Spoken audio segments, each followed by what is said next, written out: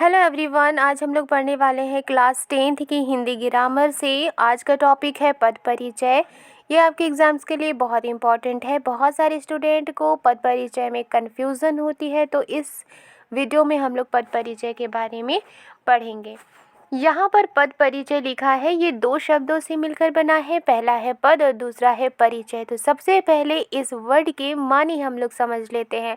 पद का मतलब होता है शब्द और परिचय का मतलब होता है इंट्रोडक्शन।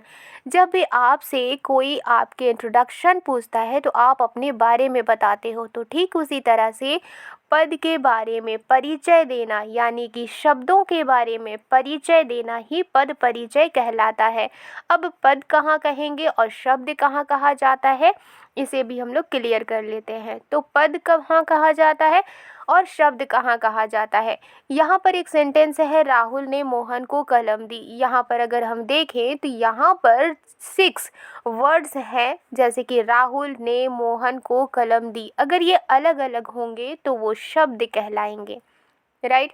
राहुल अगर अलग है तो वो शब्द कहलाएगा, ने अगर अलग है तो वो शब्द कहलाएगा, मोहन अगर अलग है तो वो शब्द कहलाएगा। इसी तरह से को, कलम, दी अगर ये अलग अलग रहेंगे तो ये शब्द कहलाएंगे। लेकिन जब यही सारे शब्द एक सेंटेंस का निर्माण करते हैं, एक सेंटेंस बनाते हैं और उससे कुछ मतलब निकलता है, तब एक सेंटेंस में इन सारे शब्दों को हम कहेंगे पद, राइट। जैसे राहुल ने मोहन को कलम दी, इस सेंटेंस से, इस वाक्य से हमें एक मीनिंग पता चल रही है, बात समझ में आ रही है। इसलिए ये जो वाक्य है वो कई शब्दों से मिलकर बना है, और जब ये सारे शब्द एक वाक्य में यूज़ होते हैं तब ये सारे शब्द पद कहलाते हैं। इसीलिए पद परिचय का मतलब क्या है? शब्दों का परिचय, राइट। अब एक सेंटेंस में जो एक शब्द होता है, जो एक पद होता है, उसके बहुत सारे परिचय हो सकते हैं।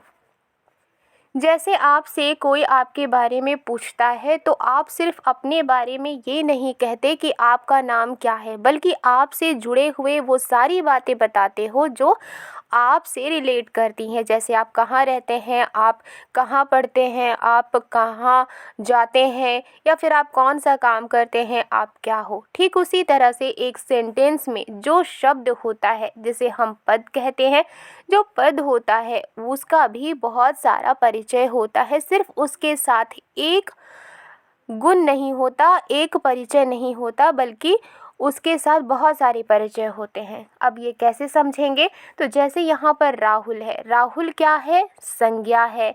इसके साथ साथ ये पुल्लिंग भी है, इसके साथ साथ ये एक वचन भी है। इस तरह से राहुल के परिचय इतने सारे हो गए। ठीक उसी तरह से इस सेंटेंस में बाकी के जो पद हैं उनके भी परिचय हैं, और सिर्फ एक नहीं बल्कि बहुत सारे परिचय होते हैं।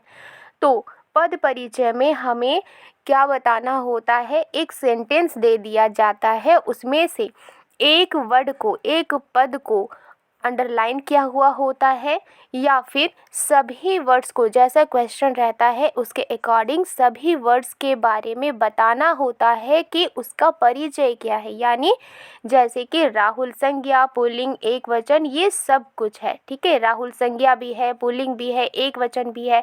ठीक उसी तरह से बाकी के वर्ड्स को भी आपको बताना है कि क्या वो संज्ञा है, क्या वो विशेषण है, क्या वो क्रिया है, राइट, क्या वो सर्वनाम है, अगर है तो उसका कौन सा भेद है, ठीक है। तो एक पद के बारे में जो परिचय दिया जाता है, जो इंट्रोडक्शन दिया जाता है, उसे ही कहा जाता है पद परिचय। चलिए कुछ क्वेश्चंस भी देख लेते हैं और उसके बाद हम लोग कुछ ऐसे सेंटेंस के कुछ वर्ड्स को भी हम लोग उसका पद परिचय देंगे। तो पहला क्वेश्चन है, पद किसे कहते हैं? इसका आंसर है, जब कोई शब्द व्याकरण के नियमों के अनुसार प्रयुक्त हो जाता है उसे पद कहते हैं। अब जब कोई शब्द व्याकरण के अकॉर्डिंग, एक ग्रामर के अकॉर्डिंग, उसके रूल के अकॉर्डिंग जब वो यूज़ होता है तो उसे पद कहते हैं। जैसे खरगोश चंचल है, इसमें खरगोश चंचल ये पद है, राइट। गर्मी में छाता काम आता है, गर्मी, छाता, काम, ये आता है, ये सारे पद हैं। क्यों? क्योंकि ये सारे के सारे वर्ड्स जो हैं एक साथ मिलकर एक मीनिंग बता रहे हैं, जिससे हमें बात समझ में आ रही है। अगर सिर्फ खरगोश कहें तो क्या ये बात पूरी समझ में आएगी? नहीं, तो ये शब्द कहलाएगा। अगर सिर्फ चंचल कहें तो इससे क्या कुछ बात समझ में आएगी? नहीं, सिर्फ उसके मीनिंग समझ में आएंगे, लेकिन पूरी बात समझ में नहीं आएगी, इसलिए ये अकेला शब्द है। लेकिन जब ये पूरा का पूरा एक सेंटेंस में यूज़ होता है तो उसे क्या कहते हैं? पद कहते हैं। नेक्स्ट क्वेश्चन है, पद परिचय किसे कहते हैं?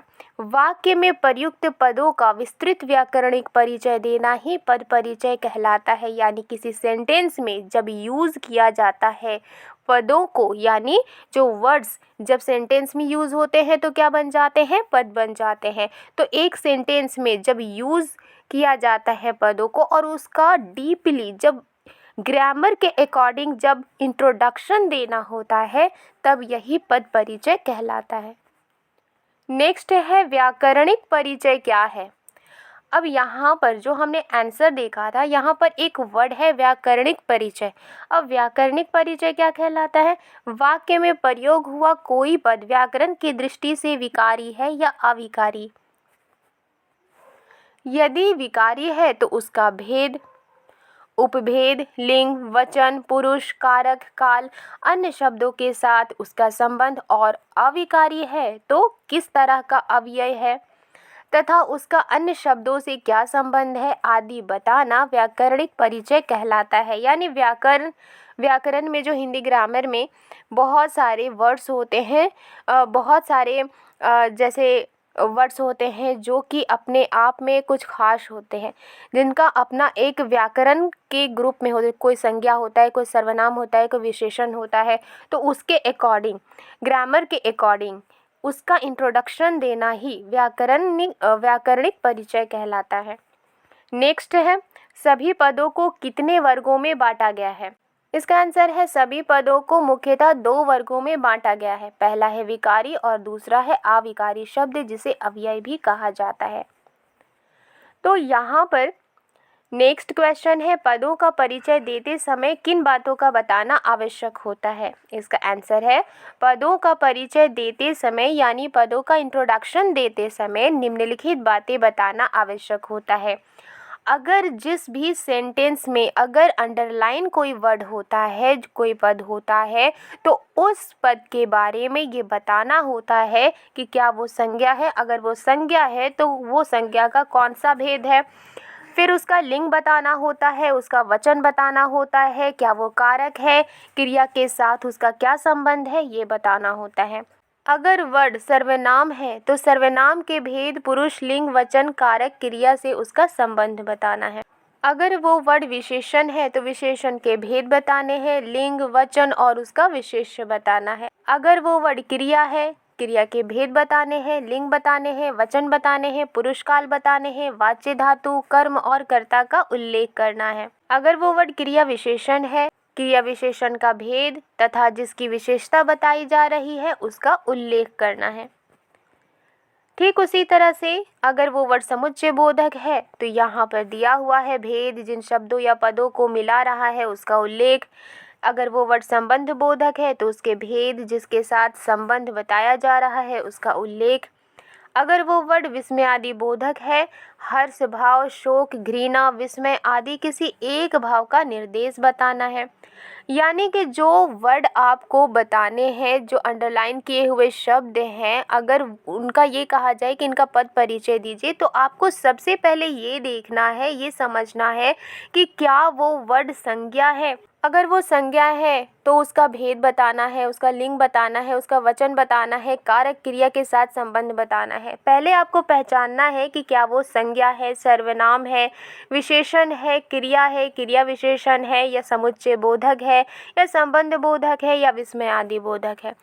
तो पद परिचय के लिए आपको ये सारे के सारे पहले आपको पढ़ने पड़ेंगे। पहला है संज्ञा, सर्वनाम, विशेषण, क्रिया। ये सारी की जानकारी अगर आपको होगी तभी आप पद परिचय आराम से और इजीली कर सकते हैं।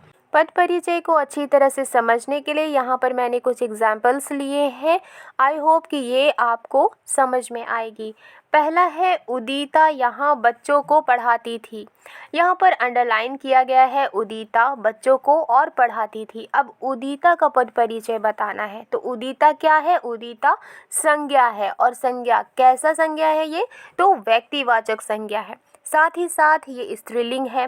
साथ ही साथ उदिता एक वचन है। साथ ही साथ ये कर्ता कारक है।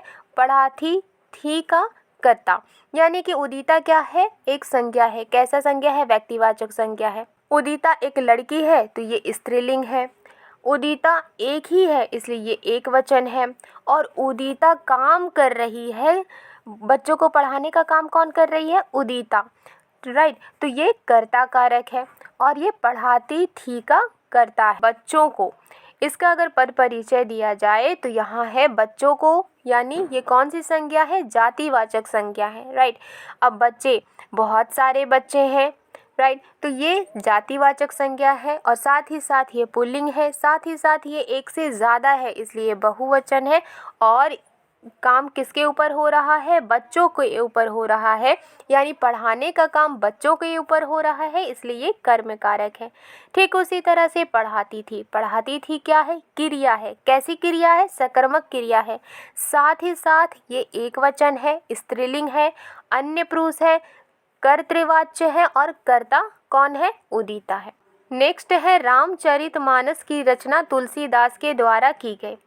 यहाँ पर रामचरितमानस का पद परिचय क्या है? व्यक्तिवाचक संज्ञा, एक वचन, पुल्लिंग, कर्म कारक, यानी रामचरितमानस व्यक्तिवाचक संज्ञा है, एक वचन है, पुल्लिंग है और कर्म कारक है। ठीक इसी तरह से तुलसीदास के द्वारा ये क्या है? ये व्यक्तिवाचक संज्ञा है, एक वचन है, पुल्लिंग है, करण कारक है। की गई का पद परिचय अगर कहा जाए तो यहाँ पर की गई क्या है? क्रिया है ना। तो ये संयुक्त क्रिया है, एक वचन है, स्त्रीलिंग है, कर्मवाच्य है। यानी कि आपको पद परिचय के लिए सभी संज्ञा के भेद, लिंग, वचन, ये सारे के सारे बातों का नॉलेज होना चाहिए। सर्वनाम विशेषण किसे कहते हैं, उसके भेद कितने होते हैं, अगर ये सारी चीज़ें अगर आप कर लेते हैं कंप्लीट तो पद परिचय आपके लिए आसान हो जाएगा। नेक्स्ट एग्जाम्पल है बाग में कुछ लोग बैठे थे। यहाँ पर बाग, कुछ लोग और बैठे थे, इनका पद परिचय बताना है। तो आप यहाँ पर देख सकते हैं कि बाग का पद परिचय क्या है, यानी बाग क्या क्या है? बाग है जातिवाचक संज्ञा, एक वचन और पुल्लिंग। कुछ क्या है? अनिश्चित संख्यावाचक है, विशेषण है। लोग क्या है? जातिवाचक संज्ञा है, पुल्लिंग है। बहुवचन कर्ता कारक है। बैठे थे क्या है? अकर्मक क्रिया है, बहुवचन है, पुल्लिंग है, कर्तृवाच्य है, भूतकाल है, कर्ता लोग। नेक्स्ट है भारतीय सैनिक रण क्षेत्र में वीरता दिखाते हैं और शत्रुओं को सबक सिखाते हैं। यहाँ पर आप देख सकते हैं कि जो अंडरलाइन किए हुए हैं उनका पद परिचय यहाँ दिया हुआ है, राइट। और नेक्स्ट है वीरों की सदा जीत होती है। अब वीरों क्या है? वीरों की ये जातिवाचक संज्ञा है, साथ ही साथ ये बहुवचन है, साथ ही साथ ये पुल्लिंग है, संबंध कारक है, संबंध शब्द जीत है। सदा, सदा का पद परिचय क्या है? ये कालवाचक क्रिया विशेषण है, क्रिया के काल का बोधक है। जीत, जीत क्या है? भाववाचक संज्ञा है, पुल्लिंग है, एक वचन है, कर्ता कारक है, राइट। नेक्स्ट है होती है।